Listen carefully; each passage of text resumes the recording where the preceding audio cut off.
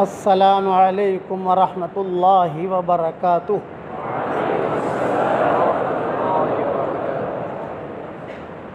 الحمد للہ نحمده ونستعینه ونستغفره ونؤمن به ونتوکل علیہ ونعوذ باللہ من شرور انفسنا ومن سیئات اعمالنا ونعوذ باللہ من شرور انفسنا ومن سیئات اعمالنا من يهده الله فلا مضل له ومن يضلله فلا هادي له ونشهد أن لا إله إلا الله وحده لا شريك له ونشهد أن سيدنا ومولانا محمدا عبده ورسوله صلى الله عليه وعلى آله وأصحابه وبارك وسلم تسليما كثيرا كثيرا أما بعد فأعوذ بالله من الشيطان الرجيم بسم الله الرحمن الرحيم يا أيها الذين آمنوا اتقوا الله وكونوا مع الصادقين صدق اللہ العظیم۔ قابل احترام بھائیوں، دوستوں، بزرگوں، دنیا ایسی چیز ہے کہ انسان جب دنیا میں آتا ہے تو 9 مہینہ پہلے اعلان ہونا شروع ہو جاتا ہے، حضرت تشریف لا رہے ہیں، حضرت تشریف لا رہے ہیں، حضرت تشریف لا رہے ہیں۔ 9 مہینے سے چرچے شروع ہو جاتے ہیں، اور جب دنیا سے جانے کا وقت آتا ہے تو 9 سیکنڈ پہلے بھی پتہ نہیں ہوتا کہ اب یہ دنیا سے جا رہا ہے۔ یہ اللہ کا نظام ہے۔ دنیا میں جو بھی آتا ہے دنیا سے جانے کے لیے آتا ہے، لیکن سعید ہے، سعیدہ ہے وہ مرد اور عورت کہ جن کا خاتمہ اچھا ہو۔ وَاجْعَلْ لِي لِسَانَ صِدْقٍ فِي الْآخِرِينَ، ابراہیم علیہ السلام کی دعاؤں میں کہ اللہ مجھے تیرے پاس تو آنا ہے مجھے، لیکن یہ کہ میرے پیچھے لوگ مجھے اچھی طریقے سے یاد کریں، بری طریقے سے یاد نہ کریں، اچھی طریقے سے یاد کریں، مجھے ایسا بنانا۔ اللہ تعالیٰ نے ہمارے حضرت مولانا غلام صاحب کو وہی نسبت دی، جتنے مدرسے بنائے، جتنی محنتیں کی، مکاتب قائم کیے، مدارس قائم کیے، مساجد بنائی، اب پیچھے لوگ ان کو اچھی طریقے سے یاد کر رہے ہیں۔ یہ ہے وَاجْعَلْ لِي لِسَانَ صِدْقٍ فِي الْآخِرِينَ۔ صرف اولاد اچھی بنی یہ مراد نہیں ہے اس سے کہ میری اولاد اچھی بنی ہے، کام مجھ سے ایسا لے کہ بعد میں آنے والے لوگ مجھے اچھے نام سے پکاریں۔ بہت عظیم آدمی ہم سے رخصت ہو گیا،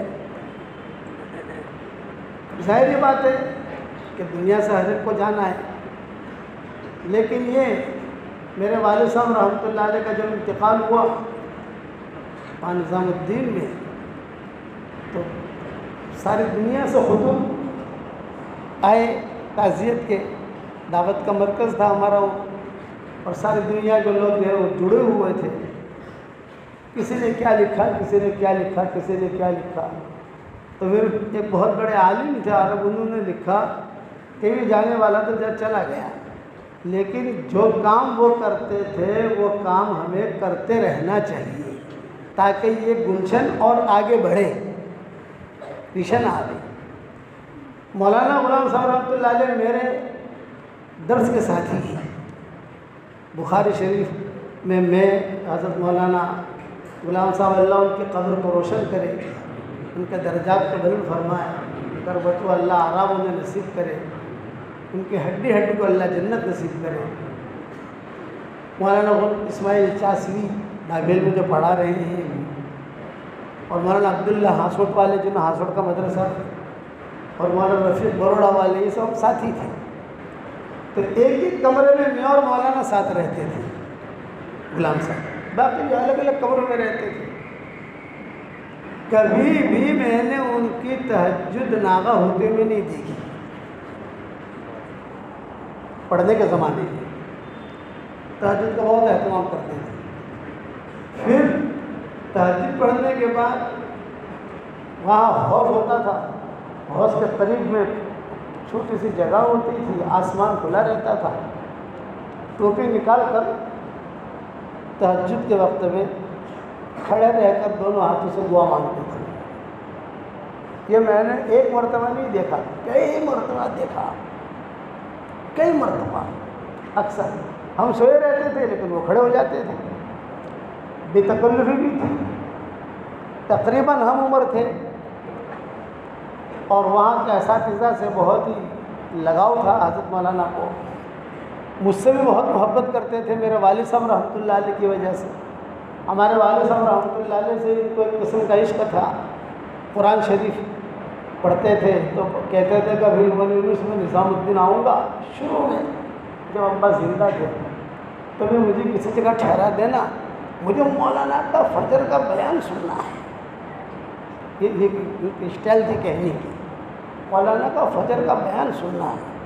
تو میں ابا سے کہتا تھا کہ وہ میرے غلام آئے تو کون والے غلام، تو وہ مستنی ہے نا، اس وقت مدرسے وغیرہ قائم نہیں ہوئے تھے، دور تھا پڑھنے پڑھانے کا، تو ابا بھی ان سے بہت محبت کرتے تھے مولانا غلام صاحب سے، اور مجھے بھی حرم شریف میں ملتے تھے تو بہت ہی پیار کے ساتھ ماشاء اللہ مولانا تشریف لائیے بہت۔ حرمین میں ہمارے عام طور سے ملاقات ہوتی تھی، آخر ہماری ان سے بات ہوئی، کسی جگہ سفر پر تھا تو کہا مولانا یونس صاحب مکہ مکرمہ سے بات کر رہا ہوں، تمہارے داماد کے گھر سے بات کر رہا ہوں، تمہارے داماد میرے پاس ہے سید مقداد، ہمارے داماد یہاں مکہ مکرمہ میں، اور ایک وعدہ مجھ سے کرو کہ سید مقداد کو عقل کنواں لانا ہے۔ میں نے کہا بھی میں انشاءاللہ انہیں کہہ دوں گا، وہ پہنچ جائیں گے انشاءاللہ۔ نہیں، آپ کو بھی آنا ہے، اس کو بھی لانا ہے۔ یہ محبت کی باتیں تھیں، یہ ساری محبت کی باتیں ختم ہو گئی۔ اب تو آپ کو اور ہم کو کیا کرنا ہے وہ بتاتا ہوں۔ موتوانی عام طور سے آدمی جب دنیا سے چلا جاتا ہے تو لوگ بھول جاتے ہیں، ہمیں بھولنا نہیں ہے۔ ان کے لیے روزانہ ایصال ثواب کا اہتمام کرنا ہے، کرو گے انشاءاللہ؟ یہ ان کا حق ہے۔ اب ان کو پیسہ دو، اس کی ضرورت نہیں۔ حضرت آپ کے لیے میں عطر لایا ہوں، اس کی ضرورت نہیں۔ اب انہیں ان کے شاگرد ان کو جو ہے ایصال ثواب پہنچائے، یہ اس کی ضرورت ہے، خوشی ہوئی مرحوم کو۔ اچھا، سلف صالحین کے قصے میں بہت قصے ملتے ہیں۔ میں حضور صلی اللہ علیہ وسلم کے انتقال کے مختصر قصہ سنا دوں کہ جب آدمی کا جو اچھا آدمی ہوتا ہے دنیا سے جانے کا وقت آتا ہے تو اسے خواب کے ذریعے سے رہبری ہوتی ہے، خوابوں کے ذریعے سے۔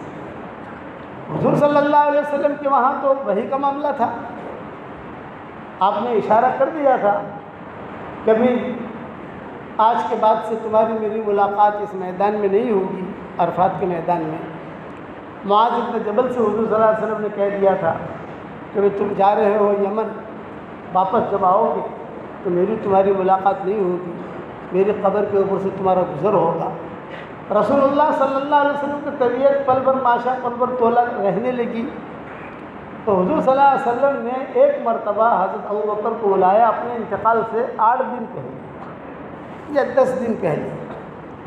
حضور کو مکمل طریقے پر پتہ چل گیا تھا کہ اب میں دنیا سے جا رہا ہوں۔ صدیق اکبر، حضرت عمر وغیرہ سب کو بلایا اور بلا کر کہا بھی میری ایک خواہش ہے، میری ایک تمنا ہے، آپ لوگ دیکھو پوری کر سکتے ہو نہیں کر سکتے۔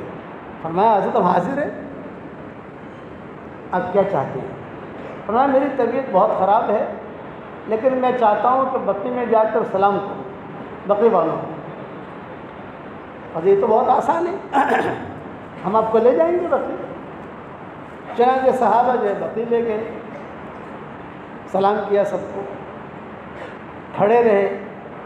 جب بقی کے گیٹ سے نکلے بقی سے تو آپ نے فرمایا بھائی میری ایک خواہش اور ہے، بتائیے حضرت۔ یہ کہ میں چاہتا ہوں شہدائے احد کو سلام کروں۔ شہدائے احد، صحابہ نے کہا بہت اچھا، تو انتظام کر لیتے ہیں شہدائے احد کا۔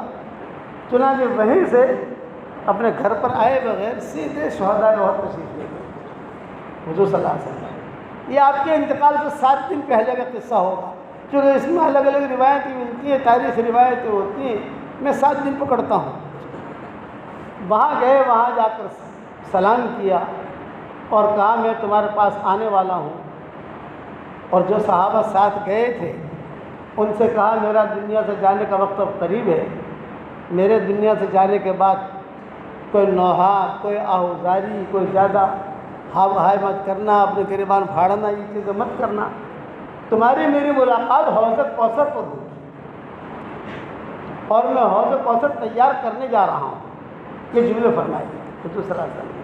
حضرت ابوبکر بھی تھے، حضرت عمر بھی تھے، حضرت عثمان بھی تھے، حضرت علی بھی تھے، عبد الرحمن بن عوف بھی تھے، عبداللہ بن مسعود بھی تھے، سارے کے سارے تھے۔ یہ سب اس زمانے کے اہل شورا میں شمار ہوتے تھے، حضور صلی اللہ علیہ وسلم کے دائیں بائیں رہتے تھے یہ حضرات جو ہے۔ جب وہاں سے نکلے تو صدیق اکبر کی طرف حضور صلی اللہ علیہ وسلم متوجہ ہوئی۔ ابوبکر میرے بھائیوں کو میرا سلام کہنا۔ صدیق اکبر سمجھے نہیں کہ حضرت آپ کے بھائیوں کو آپ کا سلام کہیں، کیا مطلب اس کا؟ اب آپ نے فرمایا میرے بھائیوں کو میرا سلام کہنا، یہ دوسری مرتبہ کہا آپ نے۔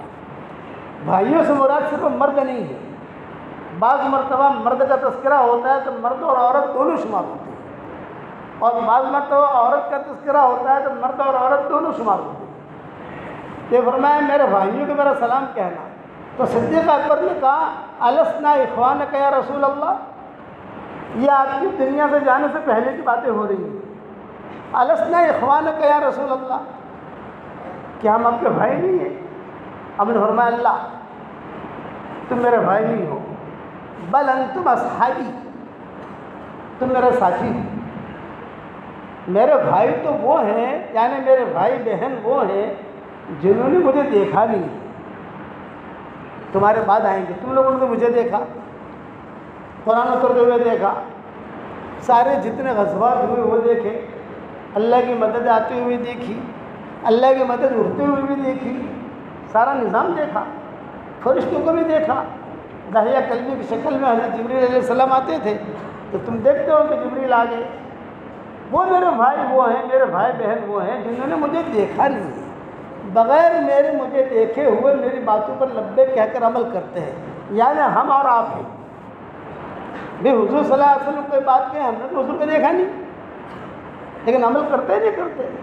یہ حضور صلی اللہ علیہ وسلم نے احد سے واپسی پر اس وقت میں صدیق اکبر سے کہا لا بل انتم اصحابی، تم میرے ساتھی ہو۔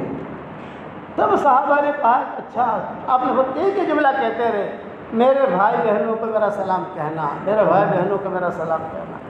بیچ میں طبیعت خراب ہونے لگی تو حضور صلی اللہ علیہ وسلم نے کہا کہ آج مجھے تم وہاں گھر پہ لے جا رہے ہو، آج میمونہ کے یہاں میری باری ہے۔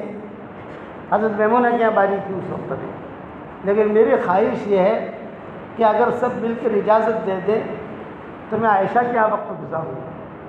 میری دواؤں کا سارا نظام سمجھی ہوئی ہے اور مجھے وہاں سے کئی چیزوں سے مناسبت بھی ہے، لیکن حقوق ہیں، اس لیے مجھے اجازت دیں۔ تو یہ باتیں ہو رہی تھی، اتنے میں گھر پر پہنچ گئے۔ جب گھر پر پہنچے تو امہات المومنین جمع ہو گئی، بھئی کیا طبیعت ہے، کیسی طبیعت ہے، کیا معاملہ ہے۔ تو صحابہ نے کہا کہ آپ صلی اللہ علیہ وسلم نے یہ اپنی رائے کا اظہار فرمایا ہے کہ آج حضرت میمونہ کے یہاں باری ہے، تو حضرت کی تمنا ہے کہ حضرت عائشہ کے یہاں باری میں وہی قیام کروں، میری طبیعت میں مزہ نہیں ہے۔ تو سب ماؤں نے کہا اہلاً و سہلاً، حضرت جو آپ کی خواہش ہو، جس کو آپ مناسب سمجھیں گے۔ چنانچہ حضرت عائشہ رضی اللہ تعالیٰ عنہ کے گھر میں لے گئے حضور صلی اللہ علیہ وسلم کو، لیکن تیاری تھی حضرت میمونہ کے گھر کی، صاف صفائی، بستر وغیرہ ساری چیزیں، یہاں تو کوئی تیاری تھی نہیں، یہ تو اچانک آ گئے حضرت عائشہ کے یہاں۔ اب حضرت عائشہ جو پریشان ہوئی کہ اچانک کی بات ہوئی، میں کیسے تیاری کروں۔ ام سلمہ آئی، وہ آئی، ساری جتنے امہات المومنین تھے وہ آئی۔ اتنے بات یاد رکھنا، امہات المومنین کے 2 ٹولیاں تھیں، 2 جماعتیں۔ ایک جماعت کی سردار حضرت عائشہ ہوتی تھی اور ایک جماعت کی سردار ام سلمہ ہوتی تھی۔ حضور صلی اللہ علیہ وسلم فرماتے تھے کہ کسی مسئلے میں اگر عائشہ اور ام سلمہ متفق ہو جائے مجھے کوئی ٹینشن نہیں رہتا تھا، معاملہ سلٹ گیا. لیکن کسی مسئلے میں اگر عائشہ نے مخالفت کر دی یا ام سلمہ نے مخالفت کر دی تو سوچنا پڑتا تھا کیا فرماتے کہ یہ مسئلہ ایسا ہوا. حضرت عائشہ کے گھر میں سب جمع ہو گئی، ام المؤمنین حضرت ام سلمہ بھی آ گئی، حضرت زینب بھی آ گئی، حضرت حفصہ بھی آ گئی، صفیہ بھی آ گئی، حضرت میمونہ بھی آ گئی. سب نے مل کر حضرت عائشہ کا کمرہ ایک دم ٹھیک ٹھاک ایک دم فرسٹ کلاس کر دیا. حضور صلی اللہ علیہ وسلم نے دیکھا تو آپ کو بہت خوشی ہوئی، بہت جلدی صفائی ہوگی. آپ کی طبیعت میں بالکل مزہ نہیں ہے. پھر آپ نے 3 بیانات کیے، مختصر وقت میں سمجھا رہا ہوں. 3 بیانات آپ کے انتقال سے پہلے. ایک بیان کیا خواص میں. خواص کا مطلب ہے عبد الرحمن بن عوف، حضرت ابوبکر، حضرت عمر، حضرت عثمان، جو اخص الخاص لوگ تھے ان سب میں بیان کیا. ایک بیان آپ نے کیا مذکورات میں، عورتوں میں. ایک بیان آپ نے کیا عام صحابہ میں. اور ان تینوں بیانات حدیثوں میں آتے ہیں. اور میں نے میری کتاب بکھرے موتی میں بھی کسی نہ کسی جلد میں کچھ نہ کچھ اس کے اشارے میں نے لکھ دیے ہیں اپنی کتاب کے اندر. بکھرے موتی کا نام تو سنا ہوگا آپ لوگوں نے، وہ کہیں نے لکھے. تو جو خواص تھے، خواص، یہ مولانا غلام مستانوی کے اوپر سنا رہا ہوں خواص والی بات. جو خواص تھے ان کو جمع کیا حضور صلی اللہ علیہ وسلم نے. مختصر سا کمرہ تھا آپ کا، اور جمع کر کے ایک جملہ کا لمبا چوڑا بیان کیا. لیکن ایک جملہ جو حضرت سے مناسبت رکھتا ہے وہ بتا رہا ہوں. ایک جملہ یہ کہا حضور صلی اللہ علیہ وسلم نے کہ دیکھو اب میرے دنیا سے جانے کا وقت قریب ہے. کئی نصیحتیں کئی وصیتیں میں کر چکا ہوں. آپ صلی اللہ علیہ وسلم نے اپنے انتقال سے پہلے بہت وصیتیں کی تھی. دروازے جیسے ہماری یہ مسجد ہے، جو ایک صاحب کی جتنی کھڑکیاں ہیں نا، اس طریقے سے حضور صلی اللہ علیہ وسلم کے زمانے میں دروازے ہوتے تھے. تو صحابی جو ہوتے تھے جن کا مکان ہوتا تھا وہ دروازہ کھولا، دروازہ کھول کر مسجد میں آ گئے. مسجد سے فارغ ہو گئے، اپنے گھر میں چلے گئے. یہاں والے بھی ایسا کرتے تھے، یہاں والے بھی ایسا کرتے تھے. حضور صلی اللہ علیہ وسلم کا بھی ایسا ہی تھا، ابوبکر کا بھی ایسا ہی تھا، سب کا ایسا تھا. تو حضور نے وصیت کی اپنے انتقال سے پہلے، میرے مسجد کی طرف جو دروازے کھل رہے ہیں میرے دنیا سے جانے کے بعد سب سے پہلے وہ دروازے بند کر دینا. اب جسے بھی مسجد میں آنا ہو تو گھر میں سے مسجد میں نہیں آئے گا، گھوم کر آئے گا. اور پہلے کیا ہوتا تھا، وہاں سے نکلا مسجد میں آ گیا، مسجد سے نکلا گھر میں چلا گیا. اب نے فرمائی دروازہ بند کر دو سب، یہاں تک کہ میرا دروازہ ہی بند کر دو. جسے بھی آنا ہو مسجد میں تو گھوم کے آنا پڑے گا. یہ دروازہ تو بند ہو گیا. اللہ ابا بکر، یہ آپ نے جملہ فرمایا کہ صرف ابو بکر کا دروازہ بند مت کرنا، اس کا دروازہ کھلا رکھنا، اس لیے کہ میں نے اس کے دروازے کے اوپر خدا کی خصوصی قدرت کو اترتے ہوئے دیکھا. قدرت رحمت آسمانوں سے اترتی ہے، اس کا دروازہ بند مت کرنا. اب تک وہ دروازہ کھلا ہوا ہے. ہاتھ ہی خوفت سیدنا ابا بکر صدیق، یہ وہ چیزیں جو جسے بند نہیں کر سکتے، حضور نے منع کیا. اور بھی کہ وصیتیں کی. ایک بات یہ کی کہ مولانا کی نسبت سے میں عرض کر رہا ہوں کہ دیکھو تم لوگوں تک جو دین پہنچا ہے وہ مہاجرین اور انصار سے پہنچا ہے. یہ جملہ کہا تم لوگوں تک جو دین پہنچا صحابہ سے، تو مہاجرین نے محنت کی، انصار نے محنت کی، قربانیاں دی. ان قربانیوں کے بعد یہ دین پہنچا تم تک. اس لیے میں تمہیں وصیت کر کے جاتا ہوں کہ جن مہاجرین اور جن انصار سے تمہیں یہ دین ملا ہے ان کی اولاد کی بہت رعایت رکھنا. اگر ان کی اولاد کی رعایت نہیں رکھو گے تو نہ تمہارا فرض قبول ہوگا نہ تمہارا نفل قبول ہوگا. یہ جملہ تھا اپنے انتقال سے پہلے 7 دن پہلے. ابھی تو ہوش ہے. جب میری پہلی جلد میں یہ مضمون میں نے لکھا ہے، اوپر کا حوالہ بھی لکھا ہے، تو ہمارے مولانا زبیر صاحب ہم سب رائے گنج گئے تھے. تو وہاں زبیر صاحب رحمۃ اللہ علیہ نے مجھے کہا بھائی مولوی صاحب تم نے تو ہمیں پریشانی میں مبتلا کر دیا. یہ 1900 تقریباً سمجھ لیجیے ہمارے والد صاحب کا انتقال ہوا 97 میں، اور خدا کی شان آج 21 مئی ہے، 21 مئی 1997 میں ہمارے والد صاحب کا انتقال ہوا تھا، 21 مئی 1997 میں مدراس کے اجتماع میں جا رہے تھے اور راستے میں طبیعت خراب ہوئی تھی، اور یہ 21 مئی کو ہم مولانا کے تعزیت میں یہاں آئے تو وہاں زبیر صاحب نے مجھے کہا کہ بڑی پریشانی مطلع کر دیا۔ میں نے کہا حضرت کیا؟ ارے تمہاری لکھنی پوتھی پڑھ رہا تھا، یہ حدیث میں نے پڑھی، تب ہم تو پریشان ہو گئے کہ اتنوں کا خیال رکھیں گے، مولانا کا ایک ٹون ہوتا تھا۔ میں نے کہا تو خیال تو رکھنا پڑے گا، جن لوگوں سے دین ملا ہے، نہیں آپ کے باپ دادا سے ہمیں دین ملا، ہم آپ کا خیال رکھیں گے، ہمارے باپ دادا سے کسی کو دین ملا وہ ہمارا خیال رکھیں گے۔ تو میں آپ حضرات کو کہتا ہوں کہ حضرت مولانا غلام مستانوی سے ہمیں دین ملا، ہم آپ ان کے اولاد کا خیال رکھیں گے، ہم بھی خیال رکھیں گے، رکھو گے انشاءاللہ۔ اور اولاد کے خیال رکھنے کا کیا مطلب؟ پیسہ دینا؟ ارے بتاؤ تو صحیح، ہدیے دینا، یہ عزت کرنا، یہ صرف ان پر نہیں آتا، ہر اس استاد پر آتا ہے جس استاد سے ہمیں دین ملا ہو۔ حضور صلی اللہ علیہ وسلم نے بہت اہتمام سے کہا ان کی اولاد کا خیال رکھنا، اور یہ جملہ کا اگر خیال نہ رکھو گے تو نہ تمہارا فرض قبول نہ تمہارا حج قبول۔ یہ تو بہت بڑی چیز ہو گئی، یہ تو بہت بڑی چیز ہو گئی نا۔ اب حضور صلی اللہ علیہ وسلم نے جب وصیت سے فارغ ہو گئے تو آپ نے کہا کہ دروازہ کھولو، پردہ ہٹاؤ، پردہ ہٹاؤ، پردہ ہٹاؤ۔ فرمایا کہ سب لوگ نماز کے لیے جمع ہیں، میں چاہتا ہوں کہ بات کروں میرے ساتھیوں سے، دنیا سے جانے کے وقت میرا قریب ہے۔ تو صحابہ نے کہا کہ حضرت نماز بالکل قریب ہے، آپ نے نماز پڑھانا چھوڑ دیا تھا معذوری کی وجہ سے۔ حضور صلی اللہ علیہ وسلم کہ حضرت نماز کے وقت قریب ہے، نماز کے بعد جمع کر لیں سب کو۔ آپ نے فرمایا ٹھیک ہے، لیکن پردہ یہی رکھنا، کھلا رکھنا، میں دیکھوں رکوع کرتے ہوئے، سجدہ کرتے ہوئے میں دیکھوں۔ چنانچہ حضور صلی اللہ علیہ وسلم نے کہہ دیا حضرت عائشہ سے کہ ابھی اپنے والد صاحب سے کہو وہ نماز پڑھا دیں۔ حضرت عائشہ نے جو غالباً حضرت عمر سے کہا یا عبد الرحمن بن عوف سے کہا، یہی لوگ آگے پیچھے ہوتے تھے، تو حضور کے کان پر آواز پڑی، بھئی یہ تو ابو بکر کی آواز نہیں ہے، یہ تو ابو بکر کی آواز نہیں ہے، بیماری میں، مرض الوفات میں۔ تو حضرت عائشہ نے کہا کہ حضرت میرے والد جو ہے بہت رقیق القلب ہیں، آپ کی جگہ وہ کھڑے نہیں رہ سکتے، نماز بھی نہیں پڑھا سکتے، تو آپ نے جملہ کہا لا لا لا ابا بکر، 3 مرتبہ کہا نہیں نہیں نہیں ابو بکر نماز پڑھائے، اور کوئی نہیں۔ اب حضور صلی اللہ علیہ وسلم نے جب دیکھا تو وہ نماز تو ہوگی، دوسری نماز میں حضور صلی اللہ علیہ وسلم نماز کے وقت آنے سے پہلے بہت اہتمام سے سنتے تھے کون قرآن پڑھ رہا ہے،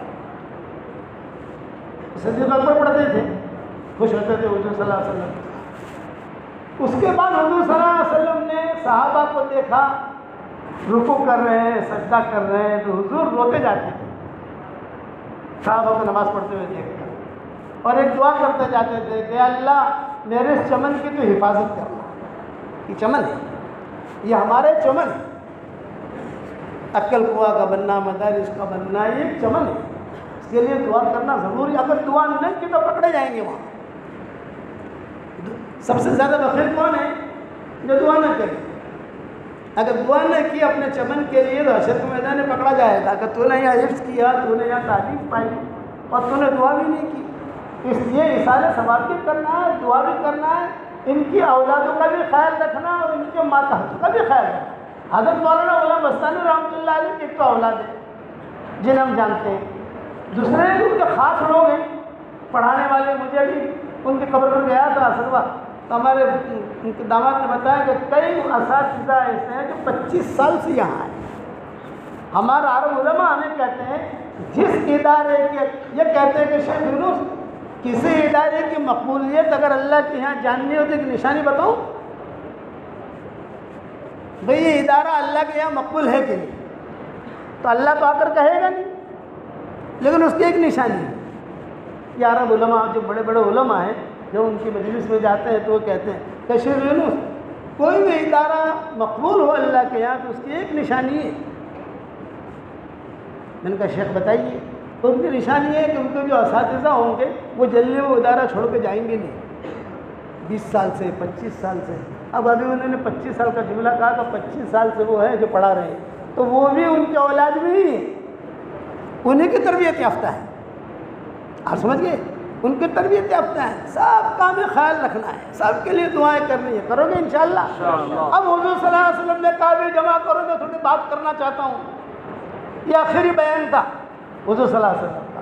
مستور آپ نے کیا بیان کیا وہ تو اللہ تعالیٰ جو دوسری مرتبہ لائے گا تو بیان کر کے بتا دیں گے آپ کو انشاءاللہ. یہ مردوں کا بیان سنا دیتا ہوں مختصر. سب کو جمع کیا، جمع کر کے لوگوں سے کہا کہ دیکھو میں اللہ کا نبی ہوں اور اتانی آتی، ایک آنے والا میرے پاس آیا ہے اور اللہ تعالیٰ کی طرف سے مجھے بلاوا آیا ہے.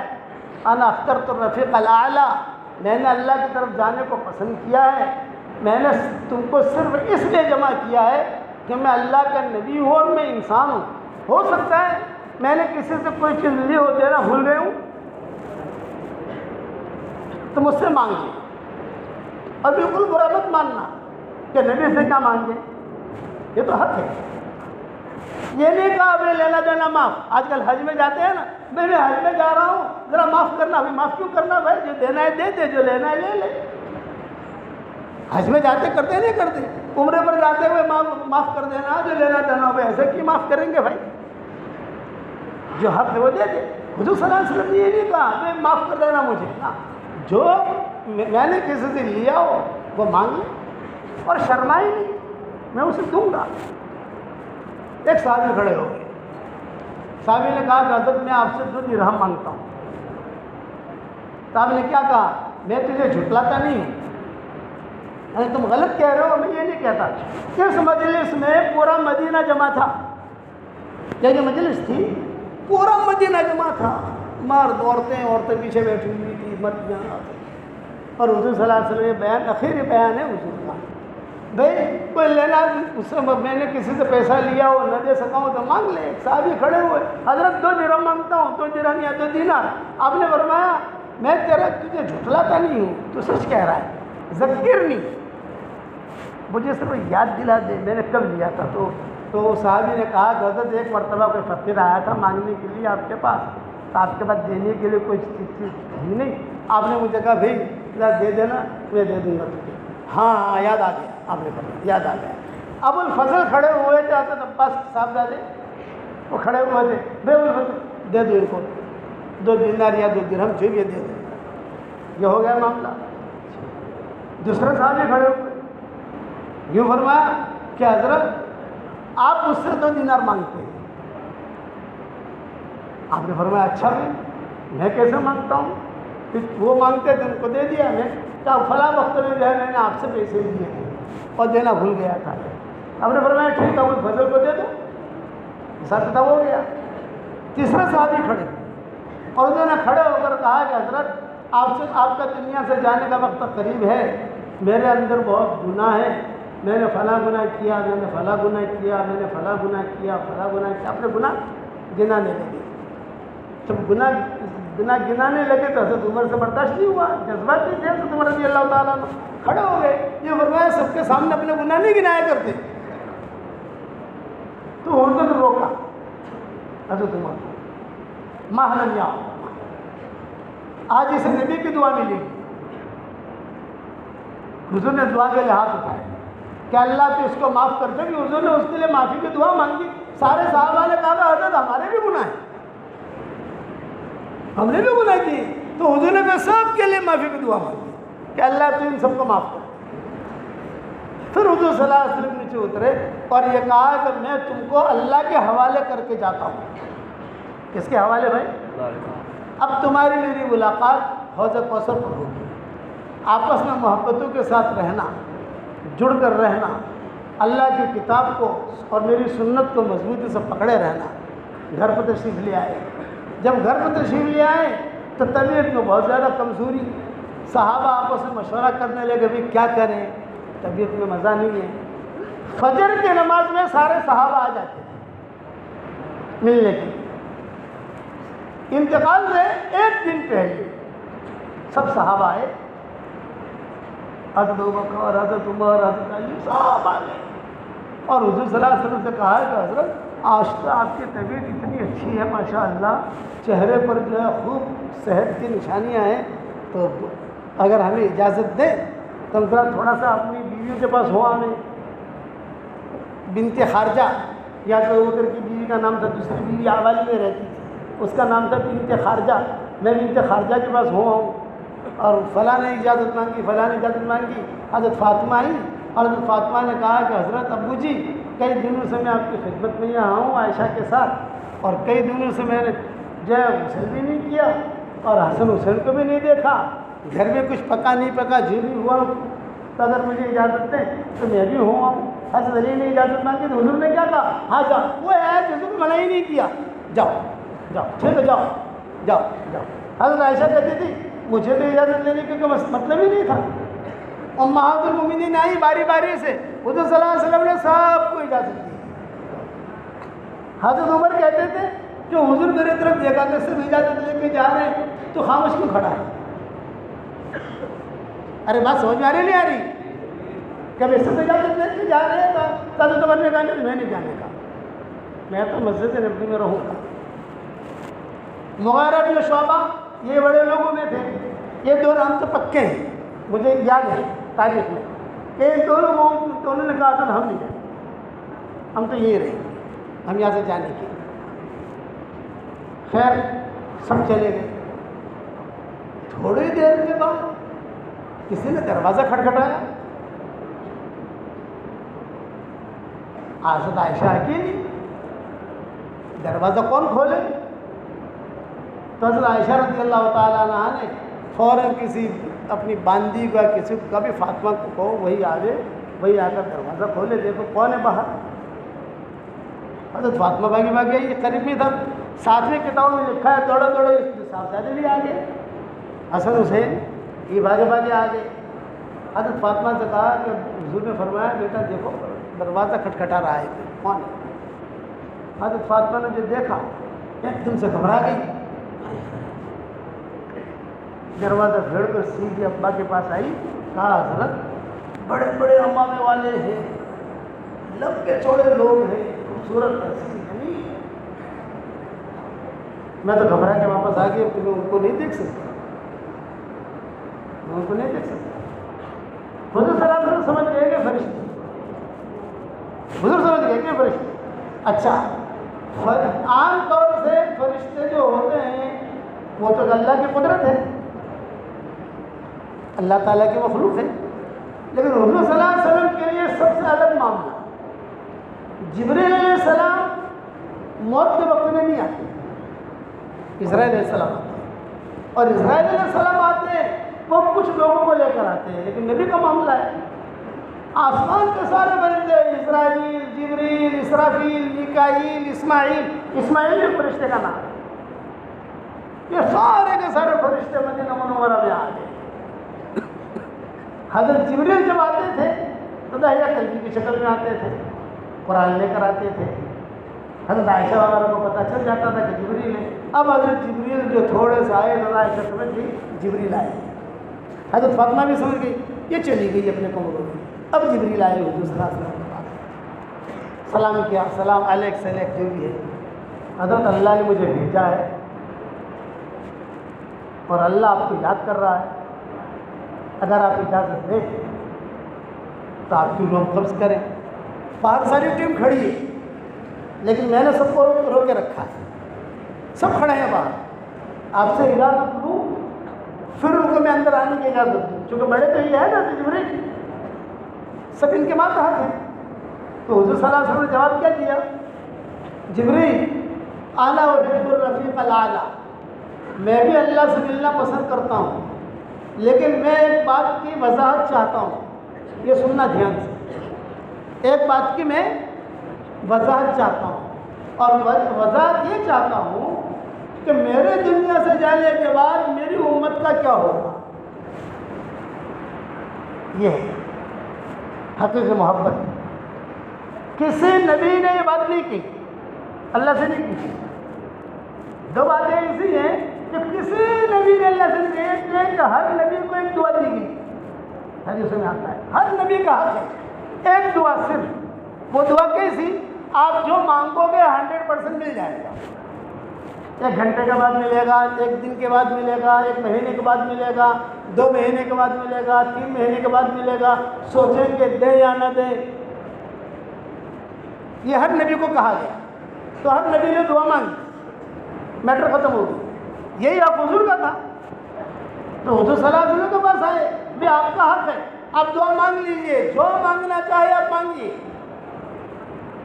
آپ کے زبان سے نکلے گا اور اللہ دے گا جو کہو گے آپ. تو حضور صلی اللہ علیہ وسلم نے کیا فرمایا؟ جبریل میرا حق ہے, میں جو مانگوں گا اللہ قبول کرے گا. بس ایک سوال ہے کہ کیا یہ دعا زمین پر مانگنا ضروری ہے؟ یہ سوال کسی نبی نے نہیں کیا, صرف حضور نے کیا. کیا میرا حق جو ہے میں جو مانگوں گا ملے گا؟ تو کیا یہ زمین پر مانگنا ضروری ہے؟ تو جبریل علیہ السلام نے کہا نہیں, یہ تو آپ کا حق ہے, زمین پر مانگو یا آسمان میں مانگو. ابراہیم میں نہیں مانگتا, اسٹاپ. تو صحابہ نے پوچھا حضرت کب مانگو گے؟ حشر کے میدان میں مانگوں گا, میرا حق ہے. اب کیا مانگیں گے؟ میرے سارے گنہگار امتیوں کو جنت میں لے جاؤں گا. ایک تو یہ کہ نبی نے اپنا حق وہاں کے لیے رکھا. اور یہ انتقال پر پوچھا کہ جبریل میں وضاحت چاہتا ہوں, میں آنا چاہتا ہوں, لیکن میری امت کا کیا ہوگا؟ حضرت جبریل علیہ السلام نے کہا کہ آپ کی امت کے بارے میں اللہ سے پوچھوں. حالانکہ اللہ کو معلوم ہے کہ باتیں ہو رہی ہیں. بچہ پاس ہو جاتا ہے, ماں باپ کو معلوم ہے کہ پاس ہو گیا ہے, پھر بھی ماں باپ پوچھتے ہیں بیٹا کیسا ہوا, کون سا سوال آیا تھا, کیا انعام ملا, اور کون. حالانکہ سب معلوم ہے, واٹس ایپ پر آ گیا ہے, بورڈ پر بھی آ گیا ہے, لیکن خوشی ہوتی ہے. یہ خوشی کا اظہار اللہ کر رہے تھے حضور کے انتقال سے پہلے, اور آسمان والے خوش ہو رہے تھے میں حضور آ رہے ہیں, حضور صلی اللہ علیہ وسلم تشریف لا رہے ہیں, حضور صلی اللہ علیہ وسلم تشریف لا رہے ہیں, اور جب سارے فرشتے مدینہ منورہ جا رہے ہیں. حضرت جبریل نے جا کر پوچھا تو اللہ تعالیٰ نے کیا جواب دیا؟ نبی جی کو میرا سلام کہنا, اور اتنا کہہ دینا اپنی امت کے بارے میں ٹینشن نہ لیں, فکر نہ لیں. آپ کی امت کے بارے میں میرا وعدہ ہے کہ میں آپ کو خوش کر دوں گا. وَلَسَوْفَ يُعْطِيكَ رَبُّكَ فَتَرْضَىٰ. یہ کہ آپ کی امت کے بارے میں بالکل بے فکر رہے, میرا وعدہ ہے میں آپ کو خوش کر دوں گا. یہ جب جبریل علیہ السلام جب لے کر آئے یہ بات, تب حضور صلی اللہ علیہ وسلم نے کہا کہ ہاں اب میری طرف سے اجازت ہے. اسرائیل باہر کھڑے تھے, سب کے سب تھے. ماں عائشہ کہتی ہے کہ جبریل گئے, کمرہ خالی ہو گیا. وہ اللہ کا جو امر تھا وہ امر ابھی اب روح قبض ہوگی. تو میں عائشہ کہتی تھی کوئی رہا نہیں, میں آ گئی کمرے میں. جب میں آ گئی تو میرے ہاتھ میں مسواک تھی. حضور صلی اللہ علیہ وسلم نے مسواک کا مجھے اشارہ کیا کہ مسواک, میں نے اپنے دانتوں سے مسواک ٹھیک ٹھاک کر کے حضور صلی اللہ علیہ وسلم نے مسواک کی. پھر حضور صلی اللہ علیہ وسلم نے فرمایا بھائی مجھے تھوڑی سی تکلیف ہو رہی ہے, اور ایسا کرو کہ تم پیچھے بیٹھ جاؤ اور تمہارے سینے پر ایسا ٹیک لگا کر میں تھوڑا لیٹوں تو سانس لینے میں تکلیف نہ ہو. ماں عائشہ کہتی ہے میں پیچھے بیٹھ گئی, حضور صلی اللہ علیہ وسلم کے تکیے کی طرح ٹیک لگا کر گئی, بس بیٹھے ہی تھے بس ایسا, اور اچانک حضور صلی اللہ علیہ وسلم کے گردن لڑکی, لڑکتے ہوئے تو دیکھا میں نے. پھر آپ کے زبان مبارک سے اپنا لعاب مبارک نکلا, لعاب مبارک نکلا تو گھر میں خوشبو, اور وہ جو لعاب مبارک تھا, تھوک مبارک حضور صلی اللہ علیہ وسلم کے منہ سے جو نکلا میرے ہنسلی کے گھڑے میں آ کر گرا.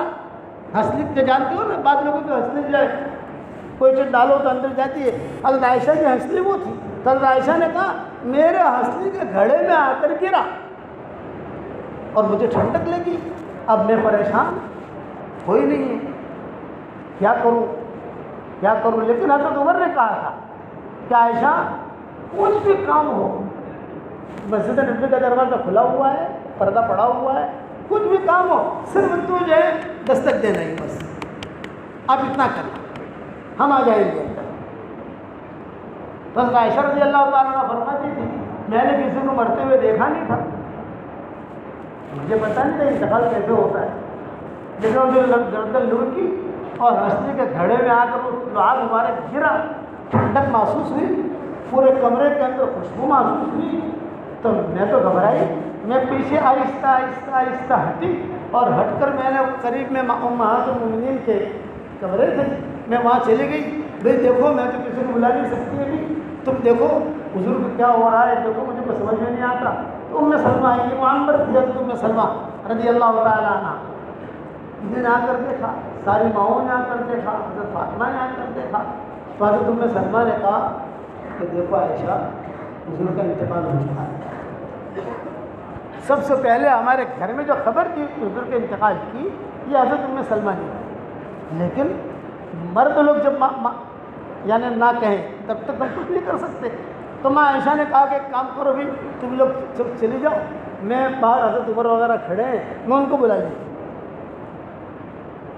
چنانچہ ساری مائیں چلی گئی، حضرت عائشہ نے دستک دی زور سے، حضرت عمر نے کہا کچھ کہو گی عائشہ، کچھ کہو گی؟ یہ فرمایا تمہارے نبی کی طبیعت بہت خراب ہو رہی ہے، جلدی سے آؤ اور دیکھو تمہارے نبی کو کیا ہو رہا ہے۔ حضرت عمر رضی اللہ تعالیٰ عنہ نے باہر سے جواب دیا، عائشہ بقیع کی طرف منہ کر کے کھڑی ہو جاؤ۔ بقیع یعنی وہاں سے سورج طلوع ہوتا ہے مشرق، بقیع کی طرف منہ کر کے کھڑے ہو جاؤ اور ہم آ کے دیکھتے ہیں۔ حضرت عمر رضی اللہ تعالیٰ عنہ آئے، ساتھ میں حضرت مغیرہ بن شعبہ بھی آ گئے۔ مغیرہ بن شعبہ کو کسی نے بلایا نہیں تھا، دعوت نہیں دی تھی، لیکن یہ کہ جب حضرت عمر جا سکتے ہیں تو میں بھی جا سکتا ہوں۔ یہ آ گئے، دونوں آ گئے۔ حضرت عمر رضی اللہ تعالیٰ عنہ نے حضور صلی اللہ علیہ وسلم کا چہرہ دیکھا، پسینہ تھا پیشانی پر۔ کسی نیک آدمی کا انتقال ہوتا ہے تو اس کی مغفرت کی سب سے پہلی علامت ہوتی ہے پیشانی پر پسینے کا آنا، یہ نشانی یاد رکھنا، پسینہ تھا۔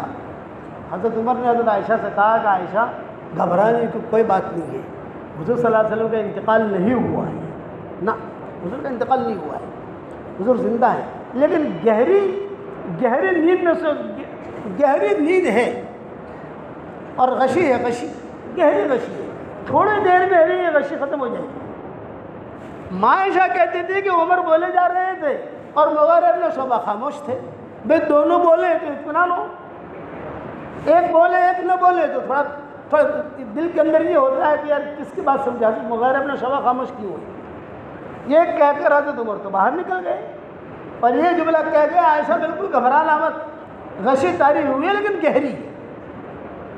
باہر گئے، مغیرہ بن شعبہ بھی نکلے، میں آ گئی حضور صلی اللہ علیہ وسلم کے پاس اور وہاں باہر جا کر صحابہ بھی تھے، تو انہوں نے کہا عمر کیا ہوا، کیا خبر ہے حضور کی؟ تو حضرت عمر رضی اللہ تعالیٰ عنہ نے کہا طبیعت کافی خراب ہے، گہری نیند لگی ہے، گہری غشی ہے، خاموشی ہے، لیکن گھبرانے کی کوئی بات نہیں ہے، زندہ ہے۔ یہ حضرت عمر نے اعلان کیا۔ جب حضرت عمر نے اعلان کیا تو مغیرہ بن شعبہ خاموش کھڑے تھے، وہ بھی تو اندر گئے تھے نا۔ تو ماں عائشہ کہہ رہی تھی میں دروازے پر کھڑی رہ کر سن رہی تھی کہ یہ مرد لوگ کیا باتیں کر رہے ہیں۔ تو حضرت عمر صحابہ سے کہہ رہے تھے کوئی گھبرانے کی بات نہیں ہے، حضور صلی اللہ علیہ وسلم کو گہری نیند لگی ہے، گہری غشی چھائی ہوئی ہے، تھوڑے دیر میں حضور صلی اللہ علیہ وسلم بات کرنا شروع کر دیں گے۔ لیکن ماں عائشہ ایک جملہ کہتی تھی وَأَمَّا سُقُوطُ مُغَيْرَةَ يُحَيِّرُنِي، یہ جس کے جملے ہیں کیا، وَأَمَّا سُقُوطُ مُغَيْرَةَ يُحَيِّرُنِي، مگر مغیرہ بن شعبہ جو خاموش ہیں، ان کا خاموش رہنا یہ میرے ٹینشن کو بڑھا رہا تھا۔ وہ یہ بھی تو بولیں کہ ہاں عمر ٹھیک کہہ رہے ہیں، اب میں تو مغیرہ بن شعبہ سے پوچھ نہیں سکتی، اور میرے دل میں دعا کر رہے ہو کہ اللہ کوئی پوچھے ان سے۔ حضرت عمر تو جذبات میں ہے کہ حضور کا انتقال نہیں ہوا اور مغیرہ بن شعبہ خاموش ہیں۔ ایک صحابی تھے سیدھے سادے، انہوں نے مغیرہ بن شعبہ سے کہا بھائی مغیرہ تم بھی تو اندر گئے تھے، کیا حال ہے حضور؟ اب مغیرہ بن شعبہ ڈر رہے تھے کہ حضرت عمر کے خلاف کیسے بولوں؟ تو مغیرہ بن شعبہ نے ہمت کر کے کہا کہ حضور صلی اللہ علیہ وسلم کے بارے میں حضرت عمر جو سمجھے ہیں وہ غلط سمجھے ہیں، میں جو سمجھا ہوں وہ صحیح سمجھا ہوں۔ تو حضرت عمر نے کہا کیا سمجھے ہو تم؟ کہ فرمایا کہ حضور کا وصال ہو گیا ہے۔ حضرت عائشہ کہتی تھی سب سے پہلے ام سلمہ نے کہا کہ حضور کا وصال ہو گیا، اور دوسرے نمبر پر مردوں میں مغیرہ بن شعبہ سے سنا۔ اب ہمارے لوگ پاؤں نیچے کی زمین سرک گئی، مائیں تو مائیں ہیں، حضور تو حضور ہے۔ حضرت مولانا غلام مستانی رحمۃ اللہ علیہ کا جب انتقال ہوا، ہم سفر میں تھے، اس وقت آنا چاہتے تھے، ہم پہنچ نہیں سکتے تھے، پروگرام ہمارے چل رہے تھے، کہیں نہ کہیں کہیں نہ کہیں ہمارا خود پاؤں کے نیچے سے ہل گئی، ہمارا کسی مدرسے میں پروگرام تھا، تو میں نے حضرت مولانا کے اوپر ہی سارا بیان کیا، وہاں اطلاع آ گئی تھی خود ہم، حالانکہ ہم دور ہیں، وہ دور ہیں ابھی، لیکن اب حضور کا انتقال، تو اللہ عائشہ کہتی تھی کہ ہم تو پریشانی میں آ گئے، اور یہاں حضرت عمر نے کہا سن لو بھائی، یہ مغیرہ کہہ رہا ہے کہ حضور کا انتقال ہو گیا ہے، میں کہہ رہا ہوں کہ حضور کا انتقال نہیں ہوا، آج کے بعد سے کسی کی زبان سے بھی یہ نکلا کہ حضور کا انتقال، وہ اپنا انتقال سمجھ لے، یہ حضرت عمر نے اعلان کر دیا بھرے مجمع میں۔ اب عائشہ رضی اللہ تعالیٰ عنہا نے کہا کیا کریں، تو ام سلمہ نے کہا کہ عائشہ ایک رائے دیتی ہوں، یہ تو سب جذبات میں ہے، تم کسی طریقے سے تمہارے ابو کو بلا لو، بنت خواجہ، اب حضرت عمر کی صدیق اکبر کی دوسری بیوی جو ہے باب الاوالی میں رہتی تھی، آج کل ہم لوگ بھی رہتے ہیں، تو باب الاوالی سے اگر پیدل کوئی آدمی تیز چلے تو 15 منٹ میں حرم میں پہنچ سکتا ہے، تیز آدمی، ہم جیسے بوڑھا آدمی چلے تو آدھا گھنٹہ لگے، آہستہ آہستہ آہستہ، دیکھو کوئی تیز آدمی چلے جوان آپ جیسا ماشاءاللہ 15 منٹ میں، تم کچھ بھی کرو ابو بکر کو بلاؤ، اس لیے یہ مسئلہ حل نہیں ہوگا، ورنہ تلواریں نکل جائیں گی، یہ مسجد میں اور ہنگامہ ہوگا۔ حضرت عائشہ نے کہا کہ ام سلمہ میں کس کے ساتھ بلاؤں، کس کے ساتھ، یعنی کس کو بھیجوں، ابھی کون جائے گا وہاں پر، جانے بھی چاہیے نا آدمی، فون تو ٹیلی فون تو ہے نہیں، یہ کہا اسما کے بیٹوں کو بھیجو، فلاں کو بھیجو، فلاں کے بھیجو، تو حضرت عائشہ نے کہا آپ بھی تو بھیجو، تم بھی کوشش کرو بھیجو وہاں پر، جلدی سے صدیق اکبر آ۔ اب یہاں حضور صلی اللہ علیہ وسلم کے بارے میں کچھ پتہ نہیں کیا ہوا ہے، بعض کہتے ہیں، اب حضرت عمر کہتے ہیں زندہ ہے، مغیرہ بن شعبہ کہتے ہیں انتقال ہو گیا۔ صدیق اکبر رضی اللہ تعالیٰ عنہ تشریف لائے، جب صدیق اکبر آئے تو حضرت عمر دروازے پر تلوار لے کر کھڑے تھے، سارا مجمع کھڑا ہوا، تو صدیق اکبر نے کہا کیا ہوا عمر؟ یہ فرمایا کہ حضرت حضور کی طبیعت ٹھیک نہیں ہے، یہ حضرت عمر کہتے ہیں کہ حضور، اور یہ مغیرہ بن شعبہ یہ سب کے سامنے اعلان کر رہا ہے کہ حضور کا انتقال ہو گیا، اور میں نے قسم کھائی ہے کہ کسی نے بھی اگر حضور کا انتقال کا کام ہے اسے چھوڑوں گا نہیں، حضور کا انتقال ہی نہیں ہوا، ہاں حضور کا اگر، اور میں کیسے کہوں حضور کا انتقال ہوا، یہ بس تمہیں دلیل رہتے، میں کیسے کہوں کہ حضور کا انتقال ہوا، ابھی تو فلاں کام باقی ہے، قبیل غسان کا مقابلہ، قبیل غسان تھا ان کا مقابلہ باقی تھا، قبیل غسان کا مقابلہ باقی ہے، وہ باقی ہے، وہ باقی ہے، وہ باقی ہے، وہ کام نمٹا کر حضور اللہ کے بچ جائیں گے، اس کام کی نمٹانے سے پہلے نہیں جائیں گے۔ تو صدیق اکبر نے کیا کہا، عمر جذبات میں نہیں آتے، مجھے تو داخل ہونے دو، کسی کو داخل ہونے کی ہمت نہیں ہوتی تھی، کون جائے، دروازے پر کھڑے حضرت عمر، تو حضرت عمر ہٹ گئے، اور چلتے چلتے بھی ایک پاؤں اندر ہے صدیق اکبر کا، ایک پاؤں باہر ہے، اور چلتے چلتے حضرت عمر سے یہ کہا کہ عمر ما بال السیف فی المسجد، ما بال السیف فی المسجد، مسجد میں تلوار کا کیا کام ہے، تلوار بات ہے، ایک پاؤں اندر ہے ان کا صدیق اکبر کا، ان کو پتہ نہیں ہے کیا ہے اندر، اور ایک پاؤں باہر ہے، اور حضرت عمر کا ہاتھ پکڑ کے کہا اپنی تلوار باہر پھینکو، چنانچہ یہ بھی بڑے تھے، حضرت عمر نے اپنی تلوار جو پھینک دی باہر، اور صدیق اکبر اندر آئے، اور اندر آتے ہی کہا الصلاۃ والسلام علیک یا رسول اللہ، صدیق اکبر کہتے تھے سب سے پہلے صلاۃ و سلام پڑھنے والا ابو بکر صدیق ہے، سب سے پہلے، اور داخل ہوتے ہی وہاں داخل ہوئے، داخل ہوتے ہی حضور صلی اللہ علیہ وسلم کے پیشانی کو بوسہ دیا، حضور کے ہاتھ چومے، پورا ہاتھ حضور کی پیشانی سے لے کر یہ ہاتھ پھیرتے گئے، پاؤں تک لے گئے۔ ماں عائشہ کہتی تھی چونکہ میں تو بیٹی تھی اور میں تو حضور صلی اللہ علیہ وسلم کی بیوی تھی، میں نے دیکھا کہ ابو بکر اکیلے ہیں، کوئی اور تو اندر آ نہیں سکتا، ابھی میں آ گئی۔ اب میں جب آئی، ماں عائشہ کہتی تھی صدیق اکبر میری طرف دیکھ کر جو ہے رونے لگے، آنکھوں میں آنسو آئے۔ پھر حضور صلی اللہ علیہ وسلم کے پیشانیوں کو بوسہ دیا صدیق اکبر نے اور ایک جملہ کہا، طبت حیا و میتا، طبت حیا و میتا۔ نبی جی زندہ رہنا بھی آپ کو مبارک، دنیا سے جانا بھی آپ کو مبارک۔ پھر ایک جملہ کہا، نبی جی حضرت عائشہ نقل کرتی تھی، ایک جملہ روتے ہوئے کہا کہ اللہ کے نبی آپ تو اللہ کو پیارے ہو گئے ہو، بڑے کے دربار میں پہنچ چکا ہے، ایک میری درخواست ہے، بڑے کے دربار میں جا کر ہم غریبوں کو بھول مت جانا۔ یہ صدیق اکبر نے کہا، اس پر صدیق اکبر بہت روئے، اوپر جا کر اب تک تو پہنچ گیا اللہ کے بعد، ہم کو بھول مت جانا۔ یہ کہہ کر صدیق اکبر نے عائشہ سے کہا اصبری واحتسبی، صبر کر، نکاح اور اللہ تعالیٰ سے اچھا گمان رکھ، میں جو ہے جا رہا ہوں باہر جا کر سارا معاملہ نمٹاتا ہوں۔ حضرت عائشہ نے کہا ابو ابو ابو یہ پرائیویٹ بات کرنی ہے، ابو ابو پرائیویٹ بات کرنی ہے۔ صدیق اکبر نے کہا بیٹا یہ پرائیویٹ بات سننے کا موقع نہیں ہے، کیونکہ نہیں حضور کے انتقال کے بارے میں یہ کرنی ہے، جب میں جانتی ہوں کوئی نہیں جانتا۔ میرے بھائیوں یہ مضمون تو بہت لمبا ہے، بہت لمبا ہے، بعد میں کبھی سنائیں گے انشاءاللہ۔ اب تو یہ نیت کرو کہ مرتے دم تک دین کا کام کرنا ہے ہمیں انشاءاللہ، اور قرآن والا اللہ ہم سب کو بنائے۔ اور ایک بات کی درخواست کرتا ہوں، قرآن شریف میں کتنے حروف ہیں؟ یہ اگر کسی کو پوچھا جائے، کسی کو معلوم ہے کتنے ہیں؟ میں نے میری تفسیر میں لکھے ہیں، ہماری جو ریاض القرآن ہے اس کے اندر سارے اقوال تھوڑے تھوڑے کر کے میں نے لکھے ہیں۔ کوئی 4500 کہتا ہے، کوئی 4300 کہتا ہے، کوئی 4400 کہتا ہے، کوئی یعنی 5 لاکھ سے نیچے ہی کہتی، کوئی 5 لاکھ سے اوپر نہیں جاتا۔ ہمارے یہاں ہمارے شاگرد تو دنیا میں بہت ہے نا ہمارے بھائی، اتنا تو معلوم ہے کہ نہیں آپ کو کہ ہمارے شاگرد دنیا میں بہت ہے۔ کسی کا بیچارے کا انتقال ہوتا ہے کہ مولانا کیا کریں؟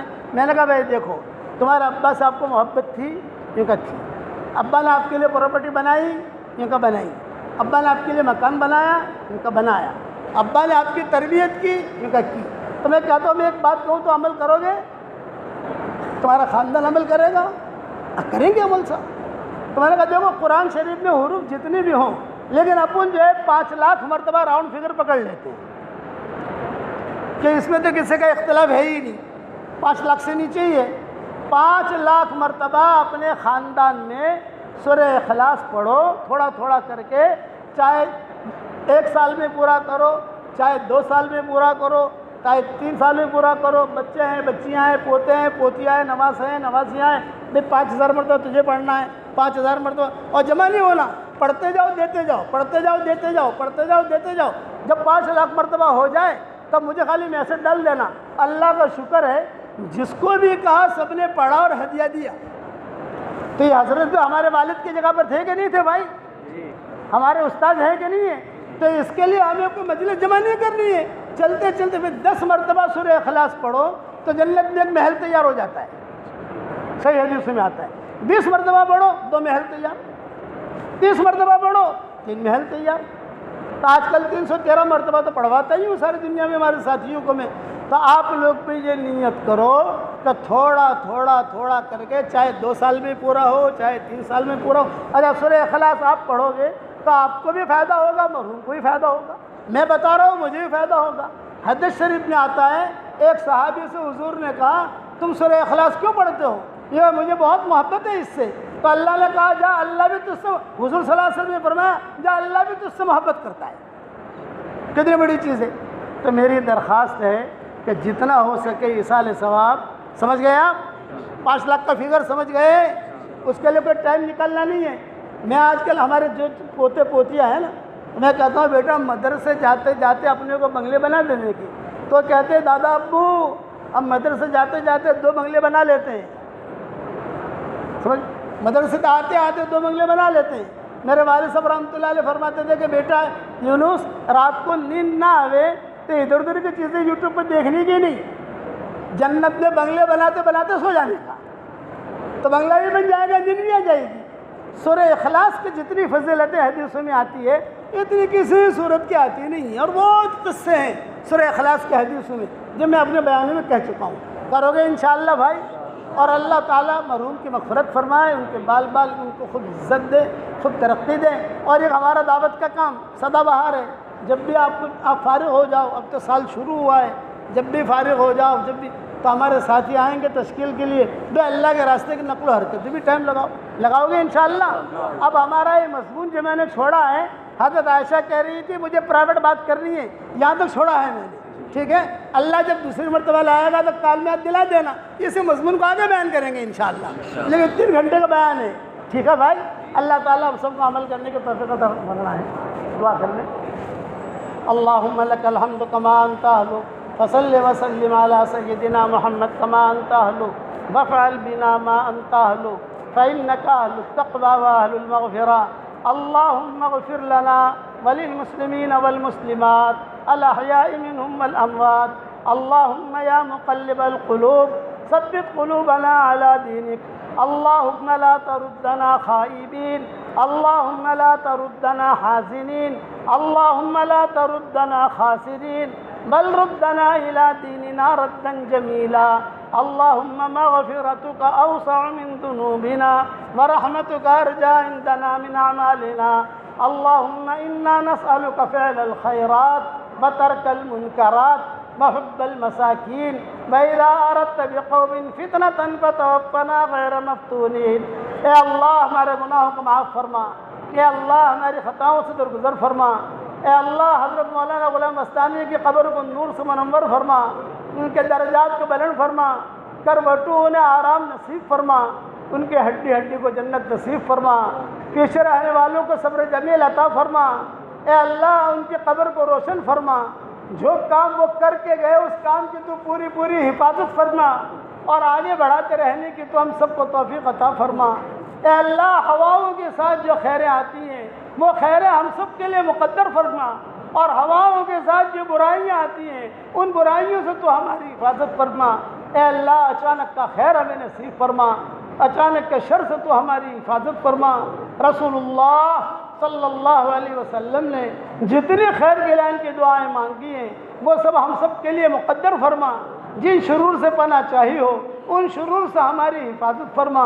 اے اللہ جتنے حاجی حج پر پہنچ رہے ہیں ان کے حج کرنے کو آسان فرما، لبیک پڑھنے کو قبول فرما، عرفات میں جانے کو قبول فرما، مزدلفہ کی رات کو قبول فرما، قربانی دینے کو قبول فرما، ربیع جمار کو قبول فرما، منی کے قیام کو قبول فرما، کنکریاں مارنے کو قبول فرما، طواف زیارت کو قبول فرما، اور مدینہ منورہ کی زیارت کو قبول فرما۔